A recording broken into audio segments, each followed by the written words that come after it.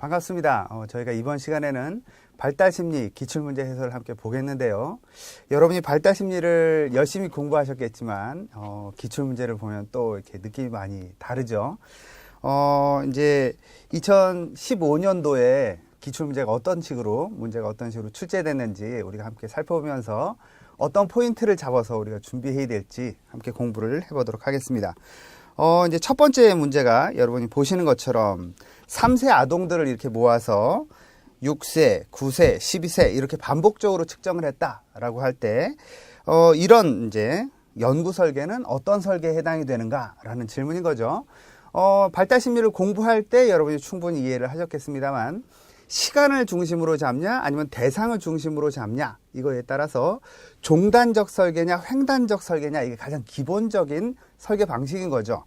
그러니까 이제 여기서는 대상을 중심으로 잡았기 때문에 이제 우리가 잘 아는 대로 종단적 설계가 이제 정답이 되는 거예요.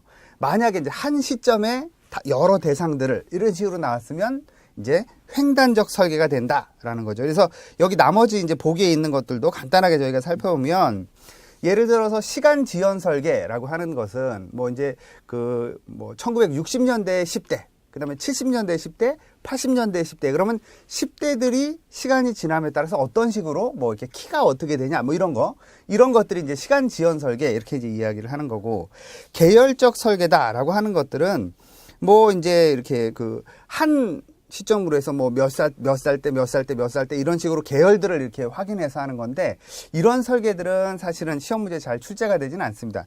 주로 출제되는 방식들은 종단 설계, 횡단 설계, 뭐 많이 거기서 좀 더 나와보면 시간 지연 설계 이런 것들이 이제 주로 나오게 되고, 비교 연구는 뭐 A 그룹과 B 그룹 이런 식으로, 그러니까 이제 어떤 특성을 가진 그룹과 다른 특성을 가진 그룹을 비교하는 거, 이런 식으로 문제가 출제된다. 이런 식으로 여러분이 생각을 하시면 되고, 그럼 이제 두 번째 문제, 2번 문제 보시면, 유아기 신체 발달의 특징들은 어떤 특징이 있냐? 뭐 이게 이제 발달에서 가장 기본을 이루는 거, 발달의 가장 기본은 머리부터 아래로. 그러니까 이제 머리가 제일 먼저 발달을 하게 돼요. 그래서 여러분이 발달심리할 때 충분히 이론할 때 배우셨지만, 애들은 머리가 큰 상태로 태어나죠. 비율적으로 보면 머리가 상당히 큰 비율을 차지하고, 나머지 신체는 작은 비율로 이제 태어나서 머리는 아주 많은 성장을 하지는 않고 다른 쪽이 많이 성장을 하게 되는 거예요. 그러니까 머리부터 시작을 해서 나머지로, 그 다음에 중심부터 바깥으로. 그러니까 이제 예를 들어서 대근육이 먼저 발달을 하고 그 다음에 소근육이 발달하고 이런 식으로, 그러니까 팔을 움직이는 게 먼저 발달하고 그 다음에 손가락을 움직이는 거, 이런 식으로 발달한다. 기억나시죠? 이제 이런 식으로 돼 있으니까 보시면 1번 보기에 두미 방향, 중심에서 말단 방향 맞는 거죠. 머리에서 발끝으로, 중심에서 바깥으로 이런 식으로 구성이 돼 있고, 그 다음에 영아기만큼 빠른 속도는 아니지만 신체 체중 점진적으로 증가한다. 영아기 때가 제일 폭발적인 성장을 하죠. 키가 거의 뭐 이제 불과 한 1년 못 되는 시기 만에 거의 2배 가까이 성장을 하고 이러니까, 그러니까 이제 뭐 당연히 영아기에는 엄청난 성장인데 비율적으로, 그런데 이제 유아기에는 그 정도 성장은 아니지만 증가한다라는 거. 그 다음에 이제 세 번째, 성장함에 따라서 활동량과 활동 반경이 확대된다. 당연히 그렇겠죠. 이제 걷기 시작하면서 걷는 범위에 따라서 반경도 넓어지고 활동량도 많아진다.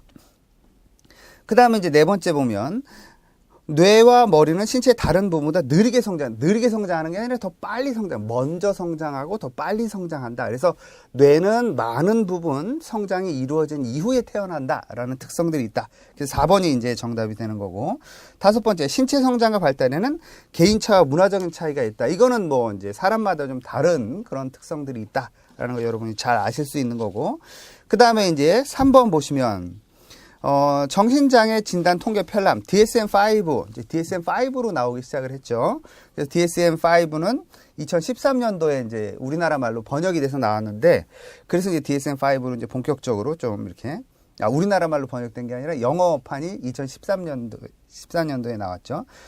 여기서 이제 품행장애 기준에 해당되지 않는 거, 품행장애랑 많이 헷갈리시는 것 중에 하나가 반항성 장애, 이걸 이제 좀 많이 헷갈리시는데, 품행장애는 말 그대로 품행이 뭐 이렇다라고 하는 거예요. 우리가 품행이 좋다 이렇게 얘기할 때 전반적인 것들을 이야기하는 게 이제 품행 이런 특성이 있고, 반항성 그러면 어떤 특정한 대상에 대한 반항 이렇게 이제 여러분 이해를 하시면 됩니다. 그러니까 두 개가 좀 많이 헷갈리시는데, 품행은 좀 더 문제가 심각한 거예요. 그래서 그 보통 품행장애 그 진단을 받았던 아동 청소년들이 성인이 되면 반사회성 성격장애 진단이 내려지는 경우가 많다. 이제 강의 때 들으셨지만 품행장애가 나중에 성인이 되면 반사회성 성격장애가 된다라고 하는 것은 그 정도로 품행장애는 문제가 심각한 거예요. 그래서 품행장애 특성은 뭐냐면 타인에 대해서 가해를 한다든지 아니면 전혀 양심적이지 않은 행동을 한다든지, 그래서 어떤 행동의 정도가 아주 중한 그런 특성들을 나타낸다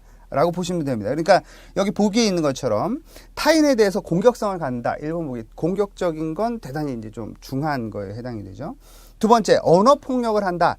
언어폭력은 좀 가벼운 느낌이 있지 않습니까? 그 다음에 세 번째, 기물을 파괴한다. 이건 상당히 행동적인 걸로 나오는 거기 때문에 중하다. 네 번째, 사기나 절도. 이것도 아주 중한 거죠. 그러니까 이제 이건 이제 범죄에 본격적으로 들어가기 시작하는 거니까. 그 다음에 다섯 번째, 심각한 규칙을 위반하는, 사소한 규칙 위반이 아니라 심각한 규칙 위반이다라고 얘기를 했기 때문에 이 중에서는 언어폭력이 가장 경한 정도에 해당이 됩니다. 그래서 그 이제 품행장애는 상당히 무게가 이제 있고 좀 문제가 심각한 이런 것들이 이제 품행장애에 해당이 된다. 여러분이 이렇게 생각을 하시면 됩니다. 그 다음에 이제 네 번째 문제. 태내 발달에 대한 설명으로 옳지 않은 것은, 태내 발달은 이제 거기 설명에 있는 걸 먼저 이렇게 보시고 나서 문제를 푸시는 게 훨씬 이제 해설 보고 문제를 푸시는 게 훨씬 좋습니다. 배포기, 배아기, 태아기 이렇게 되어 있는데 이제 발달심리학 교재를 여러분이 찾아보신 분들은 아시겠습니다만, 배포기라고 되어 있는 교재도 있고 배종기 이렇게 되어 있는 교재도 있습니다. 그러니까 두 개가 이렇게 어떤 책에는 배포기, 어떤 책에는 배종기 이렇게 썼다 그래서 헷갈리지 마시고 같은 말이구나 이렇게 이해를 하시면 돼요. 배종기 그럼 딱 두 주, 수정이 되고 두 주입니다. 수정이 되고 두 주 안에 제일 중요한 건 착상이에요. 이 수정된 수정란이 이제 엄마의 뱃속에 자궁 안에 착상이 되는 거예요. 딱 붙어서 그 다음에 성장이 가능하도록 만들어주는 거. 이게 이제 배포기, 배종기의 제일 중요한 거다. 그러고 나서 배아기는 폭발적인 이제 이렇게 분화가 일어나는, 그래서 세포 분열 2개가 4개가 되고 4개가 8개가 되고 8개가 16개가 되고 16개가 32개가 되고 뭐 이런 식으로 2개씩 딱딱 나눠지니까 폭발적으로 성장이 일어나는 거, 이런 시기가 이제 배아기에 해당이 된다. 그렇기 때문에 2주에서 그러니까 2주에서 8주 사이, 그러니까 임신하고 한 2달 정도까지를 배아기 이렇게 이야기를 하는데, 이 배아기는 대단히 중요한 시기입니다. 배아기 때 만약에 뭐 어떤 약을 잘못 먹었다 그러면 엄청난 손상이 올 수 있다. 강의 시간에 이제 들으신 기억이 나죠. 그래서 그때의 특징을 보면 신체 기관이 분화가 돼요. 그래서 한 2달 정도 되면은 팔다리가 좀 이렇게 나타나지고 어떤 뭐 이제 굵직굵직한 것들이 좀 보입니다. 그래서 머리구나, 팔이구나, 그 다음에 뭐 심장이구나, 이제 이런 것들이 좀 보이기 시작을 한다라는 거. 그 다음에 이제 중요한 신체 기관 신경계가 이제 이때 형성이 돼요. 신경계가 먼저 형성이 돼야 그 다음에 발달이 일어날 수 있기 때문에 그렇습니다.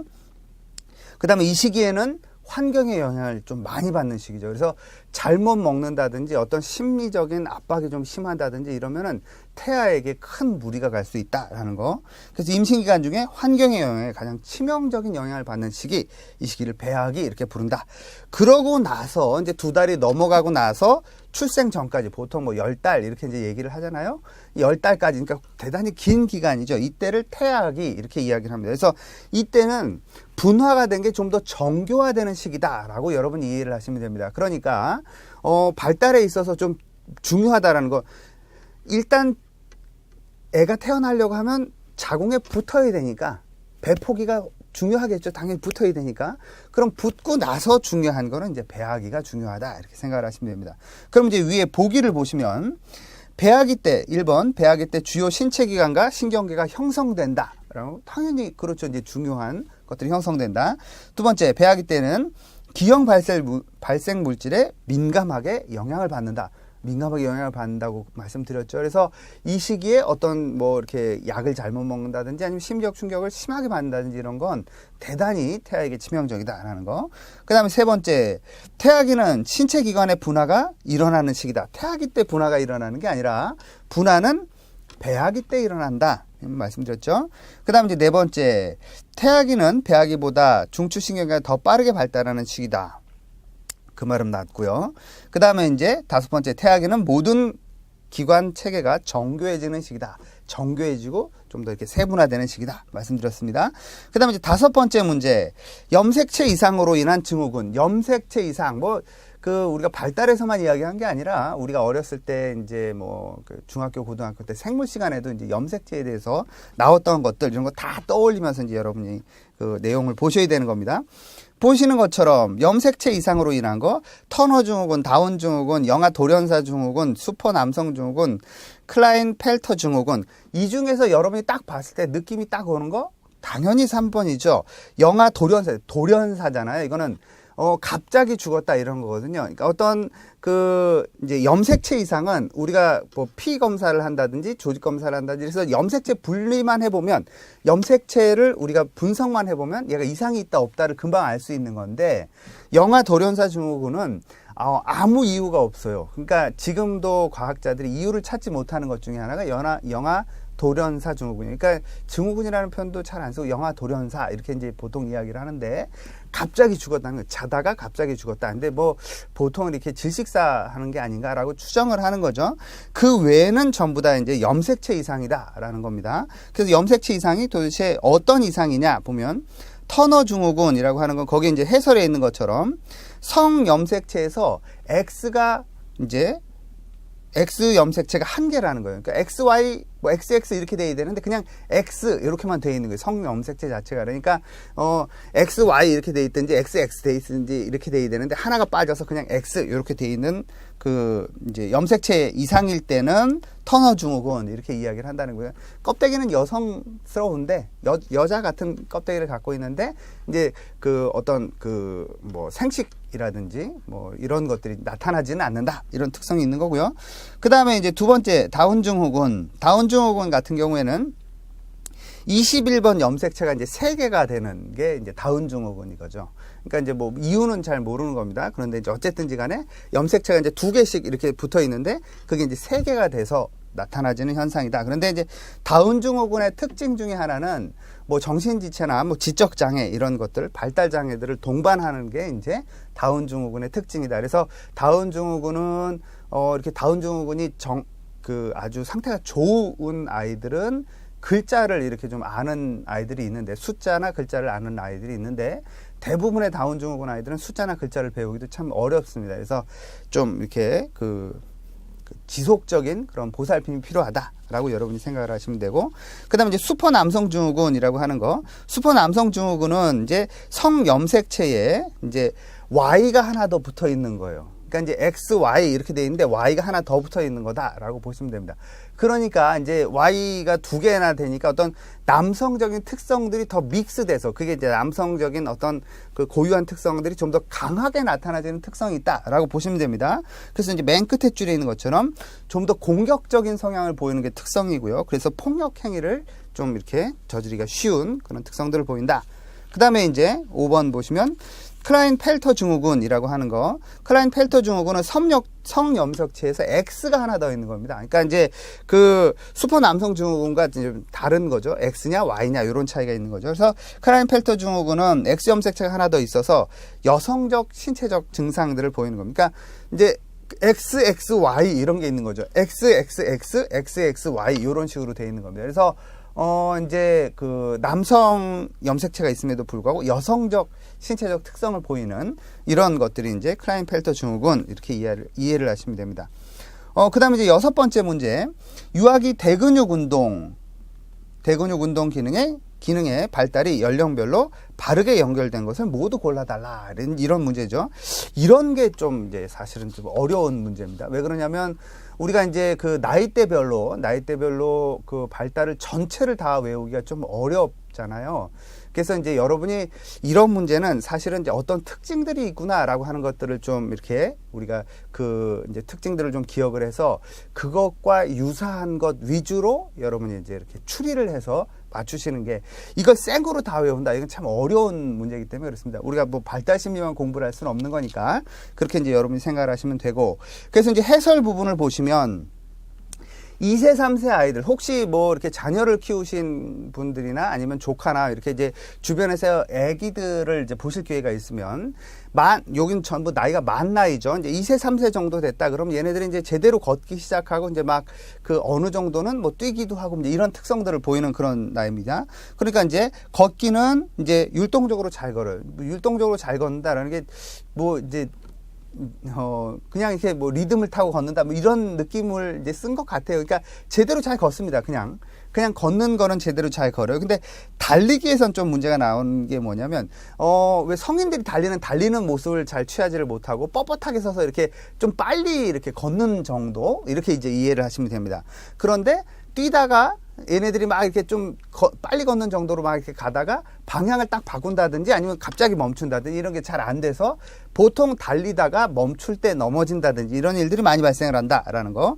그 다음에 두 발로 깡충깡충 튀는 그런 특성들이 있고, 자전거 페달을 밟는다든지 아니면 뭐 이럴 때 그 페달을 밟는 게 잘 안 되고 앉아서 발로 이렇게 뭐 이렇게 이제 발로 이렇게 밀으면서 가는 거, 이런 것들이 좀 되고, 계단을 오를 때는 한 발 올렸다가 다른 발 올리고, 한 발 올렸다가 다른 발 올리고, 이런 식으로 계단을 올라간다라는 거.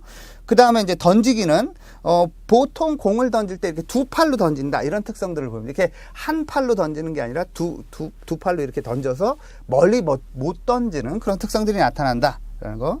그 다음에 이제 3세에서 4세 정도 아이가 되면은, 그거보단 좀 커서, 유치원을 다니기에는 조금 이제 나이가 어리긴 합니다만, 뭐 이제 어린이집 다니고 이제 요런 정도, 그래서 유치원 다니는 아이보다 조금 어린 정도, 요 정도를 이제 생각을 하시면, 걷는 거는 이제 팔을 이렇게 저으면서 이렇게 잘 걷는다는 겁니다. 그 다음에 이제 이렇게 바닥에다 선을 이렇게 쭉 걸어놓으면 그걸 왔다 갔다 이렇게 흔들리지 않고 그냥 쭉 걸어갈 수 있는 그런 특성들이 있다. 달리는 거는 비교적 유연하게 이제 잘 달리죠. 그런데 이제 정지, 그 다음 방향 바꾸는 거, 이게 잘 된다라는 거. 그러니까 2세, 3세보다는 조금 더 낫다, 이런 얘기를 하는 거죠. 뛰기는 이제 두 발로 뛰어오르고 이제 한 발로 장애물을 이제 건너뛰는 게 가능하다라는 거, 이런 거. 근데 페달 밟기, 이제 세 발 자전거 페달을 밟는 게 대체적으로 가능하고, 그 다음에 이제 계단을 올 때는 한 계단 한 계단 이렇게 올라갈 수 있는데, 내려올 때는 이렇게 된다라는 거. 그 다음에 던지기는 이제 앞뒤로 몸을 흔들면서 한 팔로 이렇게 몸을 이렇게 이제 공을 던지는, 이게 이제 가능하다라는 거. 그 다음에 이제 4, 5세 정도 됐다. 이건 유치원 정도 아이들을 이렇게 생각을 하시면 돼요. 유치원 정도 아이들은 곡선, 이렇게 쭉 곡선을 그려놔도 이렇게 곡선을 따라서 이렇게 걷는 게 잘 된다라는 거. 그 다음에 평균대. 우리가 평균대 위에서 이렇게 뭐 체조하는 것처럼 평균대 위에서 균형을 잡는 게 비교적 잘 된다. 달리기, 빨리 달릴 수 있고, 방향을 바꾸는 게 수월하다라는 거. 그 다음에 뛰기, 깡충 뛰면서 앞으로 나아갈 수 있고, 페달 밟기, 뭐 이거 아주 잘 된다, 이 얘기를 하는 거. 오르는 거, 발을 번갈아가면서 오르고 번갈아가면서 내리고, 이제 계단 오르는 거, 이거 전혀 문제가 안 된다. 던지는 거, 팔꿈치를 이용해서 이제 이렇게 팔만 이렇게 이용하는 게, 팔꿈치까지 이용해서 이제 제대로 이렇게 던지는 모습들이 나온다라고 이야기를 하는 겁니다. 그 다음에 이제 5, 6세 정도 되면, 이제 5, 6세 정도 됐다 라고 하면은, 빠른 아이들은 이제 초등학교 1학년, 6세 같은 경우에는 이제 그렇게 나이가 되는 거죠. 그러니까 걷는 것도 성인처럼 제대로 잘 걷고, 달리는 것도 비교적 성인 달리는 모습이 조금 나타나지는 그런 모습이 된다. 뛰는 거, 높이 뛰기, 멀리 뛰기, 줄넘기, 이런 게 되고, 페달 밟기, 두 발 자전거를 탈 수 있는 능력이 되고, 오르기도 성인처럼 비교적 성인의 모습이 많이 나타나진다, 이렇게 보시면 됩니다. 그 다음에 이제 던지기, 그러니까 발을 하체까지도 이용해서 이제 몸을 움직여서 던지는 모습이 된다. 이게 이제 나이에 따라서 이렇게 쭉 발달적으로 나타나진다라고 여러분이 생각을 하시고, 그러면 이제 여기서 제대로 연결된 게 뭐냐? 사실은 전체가 다 옳은 답입니다. 그래서 2세, 3세 경우에는 제자리에서 두 발로 껑충 뛸 수 있고, 3세, 4세에는 몸을 앞뒤로 흔들면서 한쪽 팔로, 그러니까 2세, 3세에서는 두 손으로 던지는데 한쪽 팔로 던지더라라는 거, 이거. 그다음에 4세, 5세 정은 곡선길을 가는 것과 평균대 위에 서는 거, 그 다음에 5세, 6세는 높이 뛰기, 멀리 뛰기가 된다라는 거. 이게 이제 전체가 다 맞게 되어 있기 때문에 5번이 정답이다. 그 다음에 이제 7번 문제를 보시면, 이제 다음에 진단적 특징을 보이는 정신장애는 뭐냐라는 거. 진단적 특징을 보시면, 기이한 언어를 반복적으로 사용한다. 반복적 사용, 그러니까 상동이라고 이야기를 보통 하죠. 상동적 언어 사용. 두 번째, 발달 수준에 적합한 자발적인 가상놀이가 안 된다. 가상놀이가 안 된다라는 특징. 그 다음에 이제 세 번째, 틀에 박힌 일이나 의식에 대해서 고집스럽게 집착한다. 동일한 물건, 동일한 것에 대한 고집스러운 집착. 이거는 세 개가 다 자폐를 이제 이야기를 하는 겁니다. 그래서 보기 중에 있는 대로 우리가 자폐 장애를 이야기한다. 여러분 생각을 하시면 됩니다. 나머지는 이제 해설 보시면서 아, 이런 것들이 있었지라고 다시 한번 생각을 하시면 되고. 그 다음에 이제 8번째 문제, 학습 장애에 관한 설명으로 옳은 게 도대체 뭐냐라고 하는 거. 보시면 이제 학습 장애라고 해설에 있는 걸 먼저 보시면 학습 장애는 지능은 정상적이어야 돼요. 그래야 학습 장애 진단이 내립니다. 지능이 정상적이지 않으면 지적 장애 진단이 내려지는 거고 지능은 정상적이다로 시작이 됩니다. 그래서 지능은 정상적인데 뭐가 안 되냐면 두 번째 줄 가운데 듣기, 말하기, 읽기, 쓰기, 셈하기. 대체적으로는 읽기, 쓰기, 셈하기가 제일 큰 문제고 듣기 말하기가 잘 안 되는 것도 보조적으로 들어가 있다. 이렇게 이제 생각을 하시면 됩니다. 그래서 듣기 말하기, 읽기 쓰기 셈하기 이 5개 영역에 있어서 현저한 어떤 기능 저하, 현저한 수준 저하가 발생을 했을 때 이제 학습 장애 이렇게 진단이 내려진다라고 생각을 하시면 됩니다. 그래서 보기에서 보시면 기억, 학습 장애는 읽기 쓰기 셈하기 등의 문제가 있는 경우 맞죠? 그래서 기억 문제가 맞는 거니까 2번, 4번은 틀린 게 되는 거죠. 그 다음에 이제 쓰기 장애는 구두점의 잘못된 사용이나 철자법 오해로 지나치게 형편없는 필체가 포함이 된다. 이런 것들도 다 포함이 됩니다. 그 다음에 이제 디귿, 셈하기 장애에서는 언어적, 지각적, 산술적 기능 문제가 포함이 된다. 왜 그럼 셈하기 안에 이제 뭐 듣고 이렇게 문제를 푸는 거 이런 것들이 다 해당이 포함이 되기 때문에 언어적, 지각적, 산술적 이런 것들이 다 포함이 된다라고 보시면 됩니다. 그래서 이제 8번 정답은 5번. 그 다음에 이제 그 9번에 보시면 놀이에 관한 파트 내 이론에서 다음에 해당하는 놀이 유형이 뭐냐라고 하는 겁니다. 지원이와 민영이는 어린이집에서 함께 활동을 하고 있고 장난감을 빌려주기도 하고 빌리기도 해요. 그래서 놀이를 하는데 놀이에서 리더 혹은 목표가 없어요. 그러니까 여기서 특징은 빌려주기도 하고 빌려오기도 해. 그러니까 어떤 둘 사이에 어떤 교류는 있다라는 걸 이야기를 하는 거고요. 그런데 교류는 있는데 어떤 둘 중에 어떤 리더를 역할을 하는 사람, 그 다음에 둘이 어떻게 합의된 뭐 목표 이런 게 없다라는 거죠. 그러니까 어떤 교류는 있지만 뭐 얘네들이 각각 논다 이런 게 특징인 겁니다. 그래서 보시면 해설을 먼저 보면 첫 번째 연합놀이는 둘이 함께 공통적인 활동을 해요. 그러니까 뭐 비슷한 거 갖고 레고 갖고 논다 그러면 레고 갖고 놀아요. 그래서 서로 빌려주기도 하고 뭐 이렇게 하는데 장난감을 빌리기도 하고 빌려주기도 하면서 이제 함께 노는 거예요. 이걸 이제 연합놀이라고 부른다라는 거. 그 다음에 몰입되지 않은 놀이라고 하는 건 뭐냐면 비몰입 놀이를 이야기합니다. 몰입되지 않은 건 뭐냐면 놀이를 안 하는 겁니다. 놀이하는 것처럼 보이지만 사실은 놀이를 안 하는 거. 그래서 여기서의 특징은 놀이하는 것처럼 보이지만 사실은 자기 신체를 갖고 노는 게 특징이다라는 겁니다. 그 다음에 이제 평행놀이라고 하는 건 뭐냐면, 이제 아이들이 같이 앉아서 놀기는 하지만 서로 이렇게 간섭하지도 않고 뭐 빌리지도 않고 그냥 서로 각각 놀아. 이걸 이제 평행놀이 이렇게 얘기를 하고. 그 다음에 네 번째 방관자놀이. 방관자놀이는 구경하는 거죠. 방관자, 구경한다 뭐 이런 거니까. 이렇게 남 노는 걸 관찰하고 있는 거예요. 노는 척 하면서. 그 다음에 협동놀이라고 하는 건 뭐냐면, 이제 둘이 같이 노는데 둘이 함께 같이 놀면서 어떤 리더 역할, 주도적인 역할을 하는 사람과 이제 추종자 역할을 하는 사람, 그 다음에 어떤 목표를 정하는 거, 이런 것들이 이제 되는 그런 거 협동놀이 이렇게 이제 이야기를 합니다. 그래서 여기서 이야기한 이제 지원이와 민영이의 경우는 연합놀이에 해당이 되는 거죠. 같이 놀지만 어떤 목표가 정해진다거나 아니면 리더십을 발휘하는 사람이 있다던가 그런 게 없다라고 이야기를 하는 거죠. 그 다음에 이제 10번 문제 보시면 다음을 설명하는 현상은 도대체 뭐냐. 인성이는 강아지를 멍멍이라고 알고 있어요. 대부분의 아이들이 그렇죠. 그런데 발이 4개고 털이 있는 고양이나 소 등을 보고도 멍멍이라고 자꾸 불러. 이러면 이때 아이들은 어떤 특성이 있냐라고 보기에 보시면 강아지를 보고 멍멍이라고 하는 건 그렇죠. 그래서 다른 강아지들을 보고도 멍멍이라고 불러. 그거는 뭐 이제 그 나이 때 이제 그럴 수가 있습니다. 개 종류를 멍멍이라고 부른다라고 하는 거니까. 근데 이제 다리가 4개고 이렇게 겨다녀 이러면 전부 멍멍이다. 그러면은 이제 어떤 특정한 대상에게 붙여줘야 될 이제 고유명사를 확장시켜서 이야기를 하는 거기 때문에 과잉 확대에 해당이 되는 거죠. 그러니까 뭐 적절하게 강아지에 대해서 멍멍이가 아니라 다른 대상에 대해서도 멍멍이라고 불렀으니까 그래서 과잉 확대에 해당이 된다.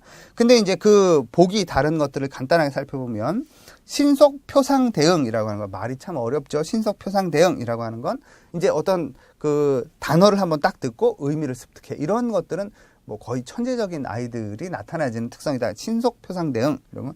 두 번째 어휘 대조. 이제 어떤 새로운 단어를 들었을 때 기존에 알고 있던 것과 자꾸 비교를 하는 거 이런 것들이 이제 비교해서 독특한 의미를 자꾸 찾아내는 거 이런 것들이 어휘 대조라고 하는 거고 상호 배타성 이건 뭐 이제 그 각각 사물이 각각의 이제 이름을 갖는다라고 하는 걸 이제 갖는 거 이게 이제 상호 배타성인 거고 그 다음에 이제 전체 사물 가정이라고 하는 거 사물의 일정 부분이나 특정 부분보다는 전체를 의미하는 거 이런 것들이 특징이고 과잉 확대 이건 과잉 확대는 이제 좀 전에 본 이게 그래서 네 발 달려서 털 있고 뭐 겨 다니는 거 이건 전부 멍멍이 이렇게 부르면 과잉 확대가 되는 거죠.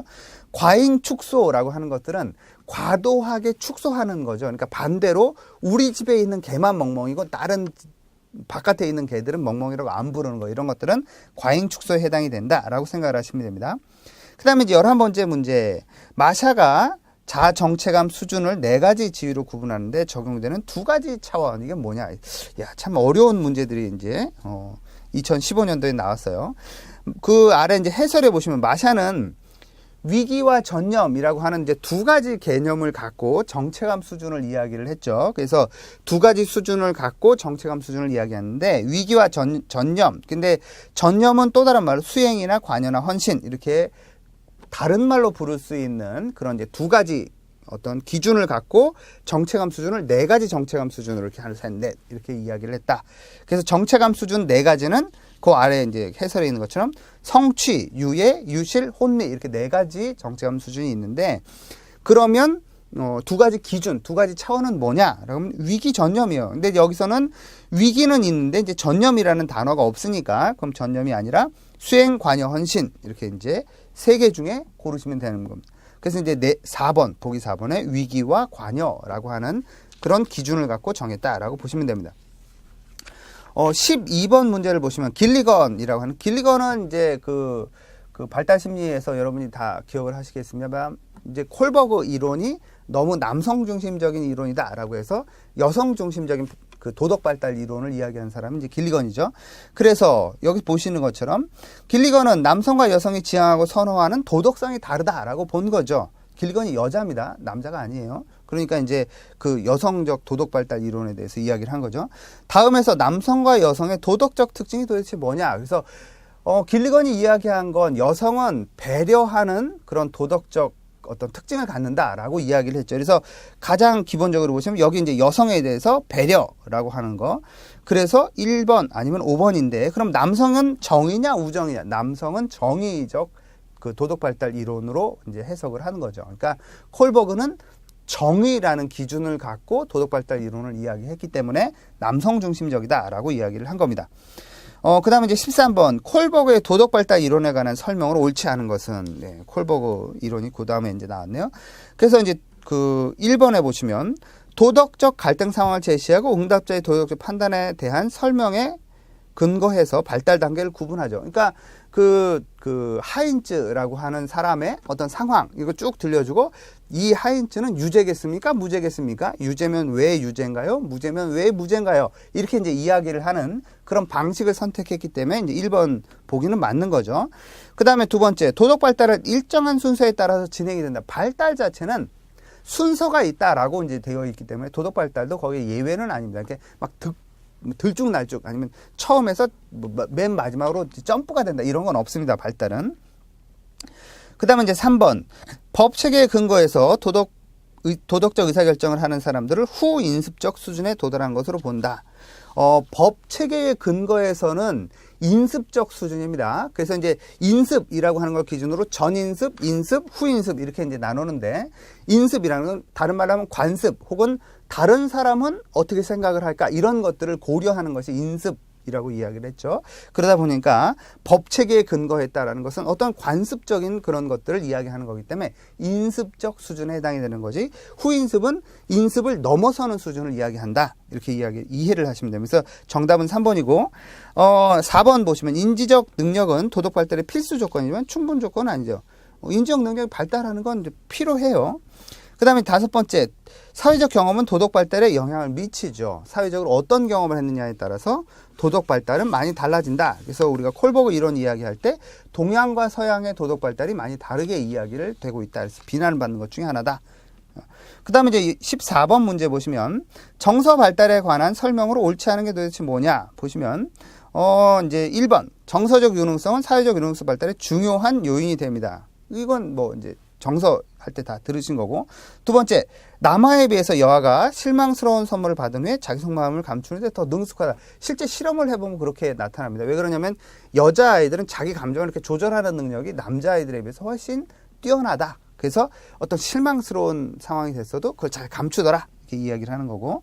그 다음에 이제 3번 보시면 수치심, 죄책감, 질투심, 자부심 이런 것들은 보편적으로 경험하는, 인류가 보편적으로 경험하는 기본 정서다. 기본 정서가 아니죠. 이제 정서 심리학에 보시면 에크만이라고 하는 교수가 기본 정서 6가지 이렇게 이야기를 했는데 6가지 기본 정서에는 그런 게 나타나지 않습니다. 이제 이런 수치심, 죄책감 이거는 2차적 정서다라고 학자들은 분류합니다. 수치심 그 기본 정서의 가장 큰 특징들은 뭐냐면 거기 이제 해설에 있는 것처럼 기쁨, 행복, 기쁨, 분노, 공포, 슬픔 아주 즉각적이고 이제 이렇게 혐오 이것까지 다 포함이 되는데 즉각적이고 이렇게 딱 눈에 봐서 금방 알아차릴 수 있는 이런 정서들이 아주 그 기본 정서에 해당이 된다라는 겁니다. 그래서 그 3번이 이제 틀린 답이 되는 거죠. 나머지 내용 여러분이 보시고, 그다음에 15번 문제. 다음의 특징을 나타내는 발달의 개념이 도대체 뭐냐? 첫 번째, 변화에 대한 역량이다. 얼마나 변화할 수 있는 그런 이제 능력, 역량을 갖고 있냐라고 하는 거. 그 다음에 긍정적 또는 부정적인 삶의 경험에 반응해서 변화할 수 있는 능력을 이야기하는 거다. 그다음에 세 번째, 환경이 정상화되면 위축된 발달이 정상적으로 회복될 수 있는 그런 역량을 이야기하는 거다. 이런 것들은 전부 다 이제 가소성에 대해서 이야기를 하는 겁니다. 그래서 가소성의 특징 자체가 변화를 위한 역량. 이게 이제 대체적으로 이제 큰 특징입니다. 그래서 여러분이 그렇게 이해를 하시면 되고, 세 번째, 이제 여기 이제 세 번째 점에 있는 것처럼 어떤 비정상적인 환경에서 위축돼 있다가 정상적인 환경이 되면 다시 이제 그 회복될 수 있는 이런 것들을 가소성의 가장 큰 특징이다. 여러분이 이해를 하시면 됩니다. 16번째 문제, 발달에 관한 설명으로 옳지 않은 것이 뭐냐. 그래서 첫 번째, 다양한 맥락의 영향을 받지만 발달의 결과는 동일하다. 동일하진 않죠. 동일하면 사람이 다 똑같은 결과를 나타내야 되는데 발달에서는 사람이 동일한 결과를 나타내진 않잖아요. 똑같은 집에 태어나는 첫째, 둘째도 결과가 다른데 동일하다고 얘기할 수는 없죠. 유사하다 그러면 그건 이렇게 맞는 답이 될 수 있습니다. 근데 이제 동일하진 않아요. 그 다음에 이제 발달은 양적, 질적 변화를 포함한다. 당연히 맞죠. 그 다음에 이제 부정적인 변화가 나타날 수도 있다. 발달에서는 부정적인 결과가 나타나기도 하죠. 그래서 발달이 이제 지체가 됐다. 이제 이런 표현들도 사용을 하니까. 그 다음에 이제 발달 자체는 요즘 사용하는 용어는 이제 변화에 초점을 맞춥니다. 그러니까 성장 이렇게 잘 얘기를 안 하고 변화 이렇게 이야기를 하기 때문에 변화에 초점이 맞춰진다 이렇게 이해를 하시면 됩니다. 17번 문제 보시면 공격성에 대한 설명으로 이제 옳지 않은 게 도대체 뭐냐? 이제 첫 번째, 반응적 공격성은 타인의 행동을 적대적으로 해석을 한다라는 특징. 그 다음에 이제 두 번째, 관계적 공격성은 이제 남아에 비해서 여아에게 많이 나타나진다. 그 다음에 세 번째, 부모의 비일관적인 훈육, 애정 철회 이런 것들은 공격성 발달에 영향을 많이 미친다. 네 번째, 관계적 공격성은 사회적 배척을 통해서 또래 관계에 손상을 가한다. 이런 것들을 다 이제 맞는 답이 되는 거죠. 그래서 그 다음 페이지 해설에 보시면 도구적 공격성이다라고 하는 것은 어떤 목표를 이루기 위해서 공격성을 사용하는 거, 이런 걸 이제 도구적 공격성. 그 다음에 적대적 공격성은 공격성 자체가 목표인 거예요. 그래서 상대를 제거해버리기 위해서 그냥 너가 싫으니까 제거해버리려고 한다. 이런 것들이 이제 적대적 공격성이 되는 거고, 이제 반응적 공격성은 어떤 무엇인가에 대한 반응으로서의 공격성이 나오는 거기 때문에 그 이제 어떤 자극을 부정적인 것으로, 적대적인 것으로 해석하는 해석 양식에 따라서 반응적 공격성이 나오게 된다. 뭐 이런 거죠. 그 다음에 주도적 공격성은 목적을 획득하기 위해서 이제 하는 거고, 신체적 공격, 그 다음에 관계적 공격. 신체적 공격은 남아들이 좀 더 사용을 많이 하고, 관계적 공격은 여아들이 보통 사용을 많이 하고, 외연화된 공격성, 이런 것들은 이제 뭐 바깥으로 드러나지는 공격성이다. 그래서 남아들이 좀 더 많이 사용을 합니다. 그래서 이런 것들이 이제 설명인 거고, 그래서 보기 5번에 보시면 적대적 공격성은 개인의 목표를 획득하기 위한 힘을 과시하는 것. 이런 것들은 사실은 도구적 공격이다. 그래서 목표를 획득하는 것, 목표를 이루기 위해서 공격적인 건 도구적 공격이다라고 여러분이 이해를 하시면 됩니다. 그 다음에 이제 18번 문제를 보시면 아동교와 청소년기 학교 부적응에 대해서 이제 이야기를 하자. 그래서 기억 보시면 학업 성적이 우수한 학생은 학교 부적응을 보이지 않는다. 그렇지는 않죠. 제가 상담한 아이들 중에 학업 성적이 아주 우수한데 학교 부적응을 보이는 학생들이 많습니다. 그러니까 이제 성적과 부적응과는 뭐 어떤 상관관계가 없다라는 거. 그래서 1번이 틀린 거에서 1번이 들어간 건 다 일단 지워야 되는 거고. 그 다음에 이제 집단 따돌림 가해 학생이 피해 학생이 될 수 있죠. 가해자가 피해자가 되는 경우가 많습니다. 그러니까 피해자가 나중에 가해자가 되는 경우가 많죠. 그래서 자기가 집단 따돌림 한번 당했다가 자기가 당하지 않기 위해서 다른 애들을 따돌리는 그런 행동을 주도적으로 하더라. 그래서 니은은 맞는 거죠. 그 다음에 이제 품행장애는 여학생보다는 남학생이 더 많더라. 품행장애는 남학생들에게 많습니다. 그래서 아까도 잠깐 말씀드렸습니다만 품행장애에서 반사회성 성격장애로 가는데 반사회성 성격장애 자체도 남자애들이 많다라는 특성이 있습니다. 그 다음에 낮은 자존중감은 학교 부정의 원인이면서도 결과가 된다. 그렇죠? 학교 부정의 원인 제공이, 자존감이 낮은 아이들은 이제 실질적으로 이렇게 부적응한 행동으로 나타나지는 특성들이 있고, 그 다음에 어떤 부적응의 결과로 자존감이 떨어지는 그런 특성들도 보인다라는 겁니다. 그 다음에 이제 19번 문제 보시면 발달이 연속적이냐 비연속적이냐라고 이야기를 할 때 논쟁이 계속 있었다. 발달 심리에서 이제 이론할 때 배우셨죠. 이제 이걸 구분할 때 비연속적인 발달에 해당이 되는 게 도대체 뭐냐? 비연속적 발달이라고 하는 건, 비연속적 발달은 발달이 단계가 딱딱 끊어진다라고 하는 거죠. 딱딱 끊어진다라고 했을 때 가장 큰 특징은 뭐냐면 피아제 이론이 이제 딱딱 끊어지는 특성이 있습니다. 피아제 이론은 감각 운동기, 전조작기, 구체적 조작기, 형식적 조작기 이런 식으로 딱딱 끊어지죠. 여기서 여기 사이에 이렇게 어떤 유사점이나 이런 게 아니라 딱 뛰어넘는, 그러니까 어떤 탈피하고 다른 존재가 되는 것 같은 그런 이제 특징이 있는 거죠. 그래서 피아제 이론이 그런 특징이 있고요. 그 외에 나머지 행동주의자들은 발달은 연속성을 갖는다라는 그런 설명을 하고 있기 때문에 그래서 연속적 특징이 되는 겁니다. 그다음에 20번 문제를 보시면 아동기와 청소년기의 또래 관계에 대해서 설명이 이제 틀린 것은 뭐냐라는 겁니다.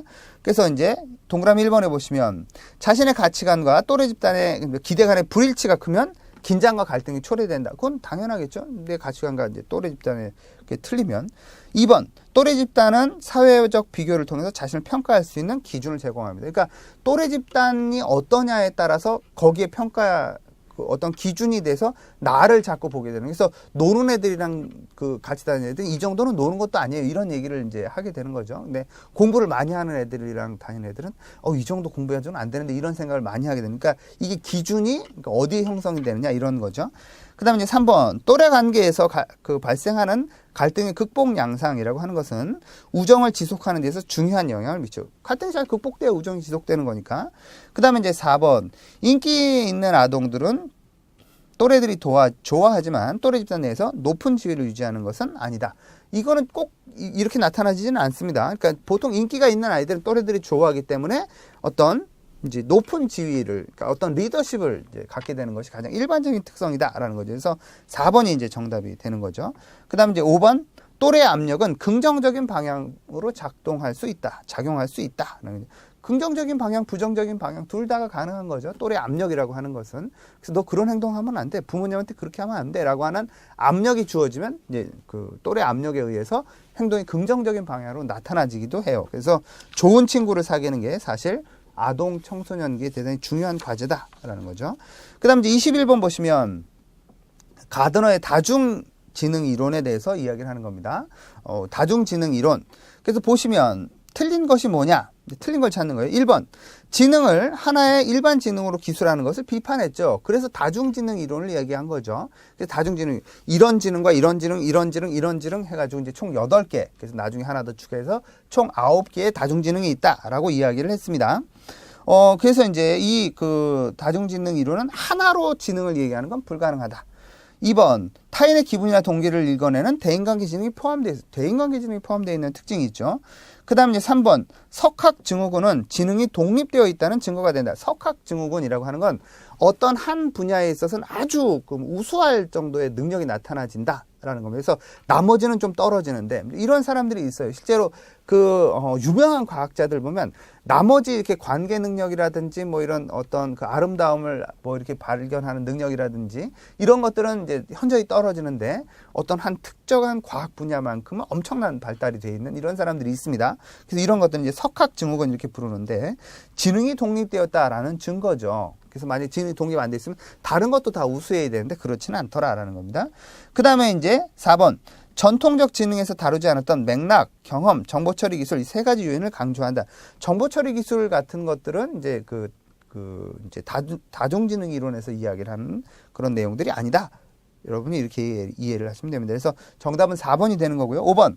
자연의 패턴을 관찰하고 자연의 체계를 이해할 수 있는 자연주의적 지능이 포함되어 있습니다. 이런 것들이 이제 다중지능 안에 포함된 거다. 그래서 하워드의 그 8개 다중지능이라고 하는 것은 여러분 요 아래 보시면 됩니다. 여기에 하나가 추가가 돼서 이제 9개를 이제 설명하는 나중에 이제 추가가 된 겁니다. 그 다음에 이제 22번 문제 보면 에릭 에릭슨의 심리사회적 발달 이론에서 다음에 아동에 해당하는 도대체 이제 어느 시기가 되는 거냐라는 거죠. 근데 5세의 슬기에게 엄마가 이제 많이 컸으니까 5세라는 그 에릭슨 이론은 나이별로도 구분이 되잖아요. 그래서 이제 5세라고 하면 가장 기본적으로 이제 그 주도성 대 죄책감 시기가 되는 거죠. 그래서 그 아래 이제 해설 부분에서도 보시면 유아기, 그래서 0세에서 1세 사이, 대체적으로 0세에서 1세 사이는 신뢰 불신 이렇게 이야기를 하고, 그 다음에 이제 1세를 넘어서는 시기부터 이제 3세까지 이제 초기 아동기 여기서는 이렇게 얘기를 했는데 뭐 그렇게 구분하기도 합니다. 그래서 나이로 구분하시는 1세에서 3세 자율성 대 수치심, 이 자율성 대 수치심 시기에는 제일 중요한 게 배변 훈련이라는 거.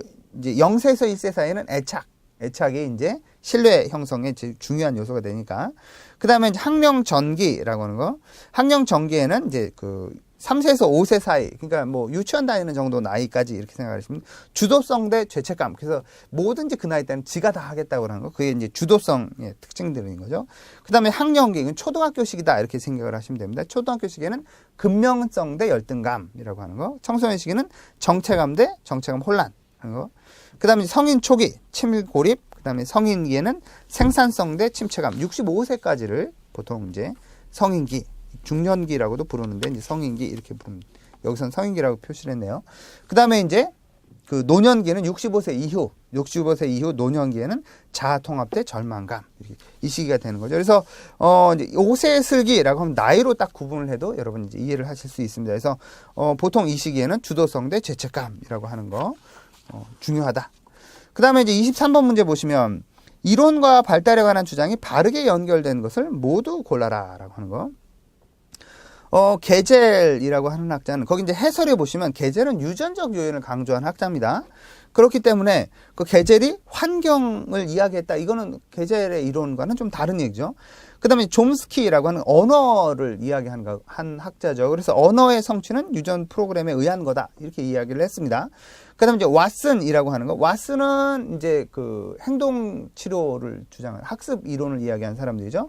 그러니까 왓슨은 성격 형성은 환경에 의해서 좌우된다. 행동주의에서는 환경의 중요성을 계속 이야기를 하는 거니까. 그러니까 니은, 디귿은 맞는 답인 거죠. 그래서 정답은 3번.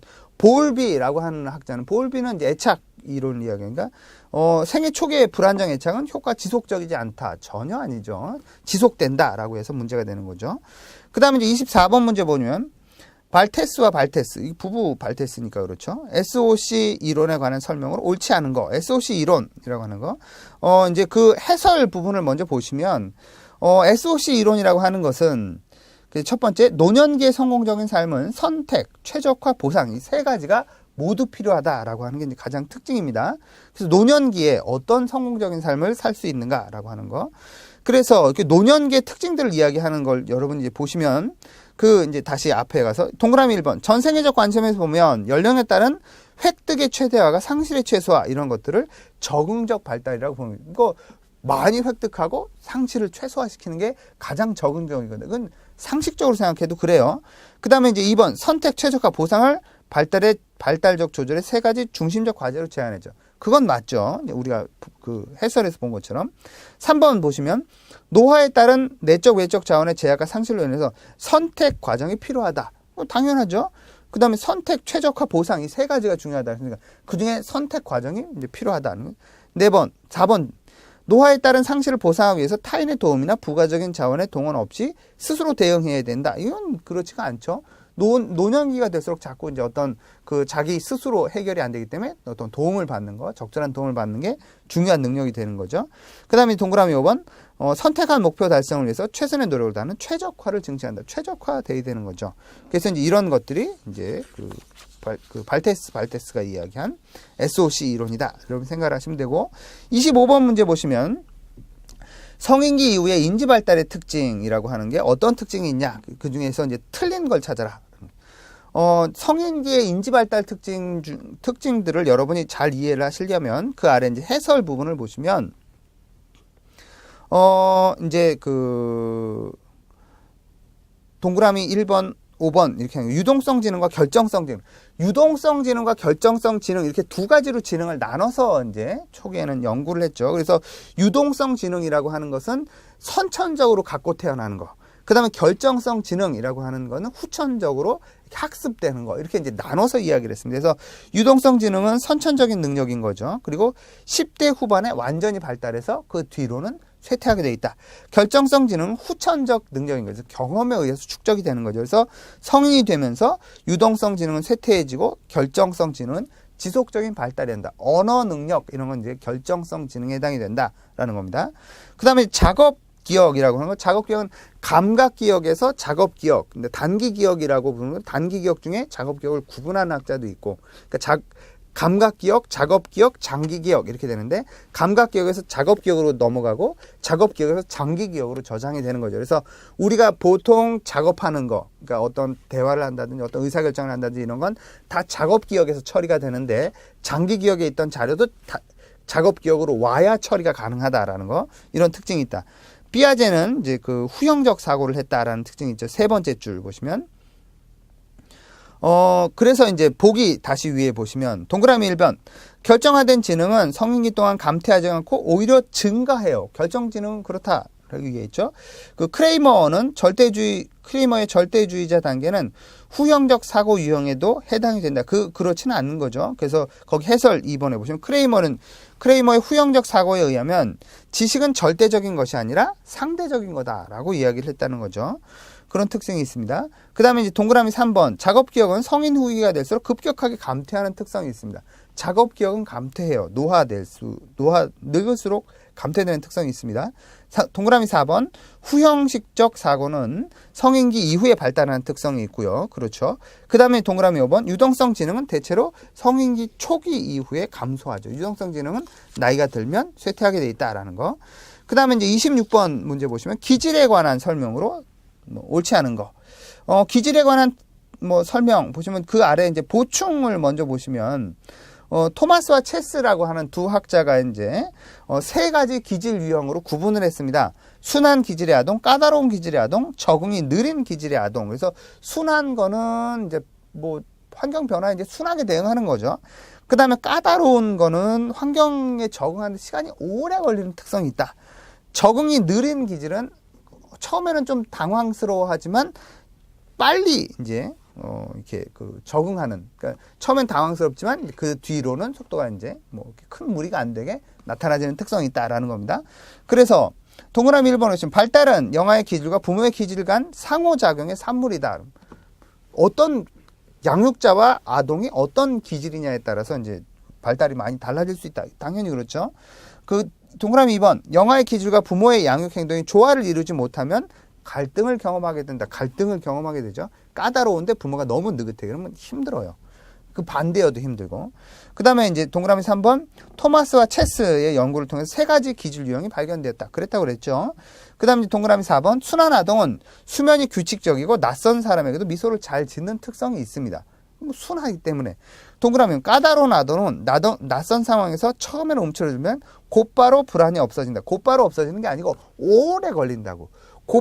처음에는 움츠러들지만 곧바로 없어지는 건 적응이 느린 기질의 아동에 해당이 된다라고 보시면 됩니다. 그 다음에 이제 27번 보시면 다음의 사고방식에 해당되는 삐아제의 인지발달 단계는 어디에 해당이 되냐. 자신이 좋아하는 TV 프로를 아빠가 재미없어 하는 걸 이해하지 못해. 이건 자기중심적 사고를 이야기하는 거고, 동일한 양의 주스가 넓은 잔에 잠겨 있다가 좁고 긴 잔에 잠겨 있을 때가 더 많다고 생각을 한다. 이건 보존 개념이 형성이 안 됐다라고 이야기를 하는 거고, 해가 지는 것은 해님이 잠을 자러 간다라는 건 물활론적 사고를 이야기하는 겁니다. 그래서 자기중심적이고 보존 개념이 형성이 안 됐고 물활론적 사고를 한다. 전조작기의 특징이다라는 겁니다. 그래서 그 해설에 있는 것들은 여러분 이제 참고를 하시면 되고, 그 다음에 28번 문제. 비고츠키의 인지발달 이론에 대한 설명으로 옳은 게 도대체 뭐냐라고 보시면, 비고츠키의 인지발달 이론이라고 하는 건 이제 사회문화적 인지 이론을 이야기하는 겁니다. 사회문화적 인지 이론 해설 내용들을 여러분이 참고를 하시면 되는데, 비고츠키는 어떤 시각을 가졌냐면, 좀 더 능력 있는 사람의 도움을 받아서 인지 발달이 더 될 수 있다. 이게 이제 가장 기본적인 거예요. 그러다 보니까 기업 보시면 인지 발달을 촉진하는데 부모나 교사의 역할이 중시된다. 좀 더 지능이 높은 사람의 역할이 중요하다. 이 얘기를 한 거죠. 아동보다는 유능한 사람의 도움을 받으면 아동은 현재보다 더 잘할 수 있다. 도움을 받아야 된다. 이게 이제 비고츠키니까. 아동의 인지는 같은 수준의 친구와 놀이를 통해서 주로 발달된다. 그렇지가 않고 지능이 좀 더 높은 친구와 놀아야 지능이 발달이 된다. 이 얘기를 한 거라니까. 그러니까 디귿이 틀린 거죠. 인지 발달을 촉진시키는 방법으로 발판화와 유도된 참여라고 있다. 이제 발판화라고 하는 건 이제 그 해설 부분에 보시면, 해설의 이제 맨 끝에 해설에 보시면, 비고츠키는 효과적인 교수 학습을 위해서 비계 설정, 비계는 이제 공사판에서 이렇게 발판을 비계라고 보통 이야기를 합니다. 발판화라는 용어를 사용을 했어요. 그래서 이제 그 발판을 삼아서 그걸 넘어서야 된다. 이걸 이야기를 한 거죠. 그래서 지능이 좀 높은 사람, 자기보다 좀 더 유능한 사람을 발판으로 해서 그걸 딛고 넘어간다. 이런 개념을 이야기를 한 겁니다. 그래서 디귿이 틀렸으니까 정답은 2번이 된다. 29번 문제 보시면 애착에 관한 설명으로 틀린 것은 옳지 않은 게 틀린 게 뭐냐라는 거죠. 그래서 이제 해리 할로우 박사가 이제 해리 할로우 박사와 동료들이 인공 어미 연구를 통해서 접촉의 중요성을 발견했다. 얼마나 이렇게 따뜻한 접촉이 이루어지냐, 이걸 중요한 걸 연구한 게 맞죠. 그 다음에 동그라미 2번. 영아가 가지고 있는 귀여운 모습은 애착을 이끌어내는 한 요인이 된다. 그러니까 애가 이제 방긋방긋 웃는 행동들, 애착 행동을 불러일으키는 어떤 자극이 되는 거죠. 그 다음에 동그라미 3번. 낯선 이 불안. 그러니까 낯가림을 이야기하는 거예요. 낯선 이 불안과 분리불안은 주 양육자에 대한 인지적 표상이 형성되었다. 주 양육자와 그렇지 않은 사람을 구분할 수 있는 그런 능력이 생겼기 때문에 낯가림이 시작이 된다. 그건 당연히 그렇죠. 그래서 인지적 표상이 형성되었구나라는 걸 알 수 있고, 동그라미 4번에 보시면 양육자와 분리될 때 아동이 보이는 반응은 양육 방식의 문화적 차이로 달라질 수 있다. 문화적 차이로 달라질 수 있는 특성들은 많습니다. 그렇기 때문에 문화적 영향에 따라서 발달이 달라진다. 동그라미 5번. 양육 방식은 애착 형성에 결정적인 영향을 주지만 아동의 기질은 애착 형성에 영향을 주지 않는다는 말은 틀렸습니다. 뒤가 틀린 거예요. 그래서 아동의 기질은 애착 형성에 영향을 줍니다. 그 다음에 이제 마지막으로 30번 문제 보시면 프로이트의 심리성적 발달 이론에 관한 것으로 옳은 게 뭐냐. 여기선 맞는 답을 찾는 거예요. 동그라미 1번에 보시면 성적 에너지가 집중된 신체 부위는 구강, 남근, 항문순으로 바뀐다. 그렇지가 않죠. 구강, 항문, 남근 이런 식으로 이제 바뀌는 거죠. 그 다음에 이제 2번. 각 단계에서 심적 욕구가 상당히 결핍되어도 다음 단계로 순탄하게 나아간다. 그렇지가 않죠. 프로이트는 고착이 된다. 이렇게 이야기를 했습니다. 그 다음에 이제 동그라미 3번. 항문 폭발적 성격은 배변 훈련이 원활하게 이루어질 때 형성이 된다. 원활하게 이루어지면 이런 성격이 형성이 되지 않겠죠. 이건 항문 폭발적 성격은 이제 항문기 때 고착돼서 나오는 성격이기 때문에 원활하지 않았다라는 거죠. 그 다음에 이제 동그라미 4번. 남한은 자신을 아버지와 동일시함으로써 오이디푸스 컴플렉스를 극복한다. 이게 맞는 거죠. 그러니까 자기와 동성의 부모와 동일시가 돼야 오이디푸스 컴플렉스, 일렉트라 컴플렉스를 극복하게 된다라는 거죠. 그래서 동일시가 되게 중요하다. 근데 동일시가 동성의 부모와 동일시. 이거 중요하다는 거죠. 그 다음에 동그라미 5번. 거세불안은 아버지가 아동의 자율성을 침해하고 일상생활을 간섭하기 때문에 발생을 하는 것들이 아니라 자기가 이제 그 아버지로부터 거세당할지 모른다. 아버지를 내가 미워하니까 그게 나타나지면 거세당할지 모른다라는 그런 불안을 갖는 거. 이런 것들이 이제 그 거세 불안에 해당이 되는 겁니다. 여기까지 이제 저희가 2015년도 기출문제를 한번 풀어봤는데 이런 문제들이 나왔구나. 여러분이 잘 기억하시고 그래서 핵심적으로 우리가 어떤 내용들을 잘 기억해야 되나 그리고 어떤 내용에 이제 우리가 맞는 답은 뭐고 틀린 답은 뭐고 이렇게 잘 지워나가는 거 이런 것들이 여러분 요령을 좀 익히시면 문제 풀이하는 데 좀 더 도움이 되실 것 같습니다. 수고하셨습니다.